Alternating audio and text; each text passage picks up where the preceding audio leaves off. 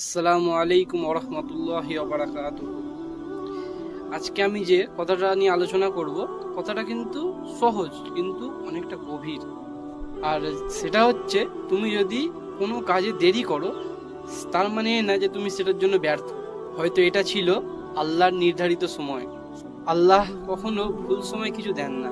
তিনি জানেন কখন কি দিলে সেটা তোমার জন্য ঠিক হবে।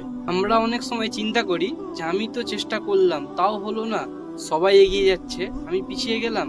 না, তোমাদের কোনো একটাও কষ্ট হারিয়ে যায় না।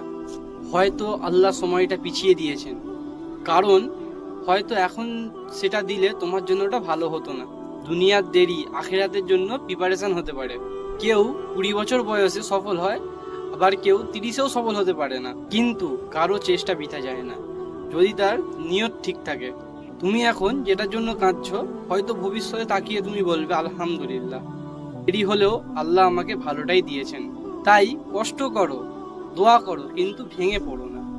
তুমি শুধু আল্লাহকে বলো যে আল্লাহ, তুমি আমায় সঠিক সময় সঠিক জিনিসটা দিও, কারণ তুমি উত্তম পরিকল্পনাকারী।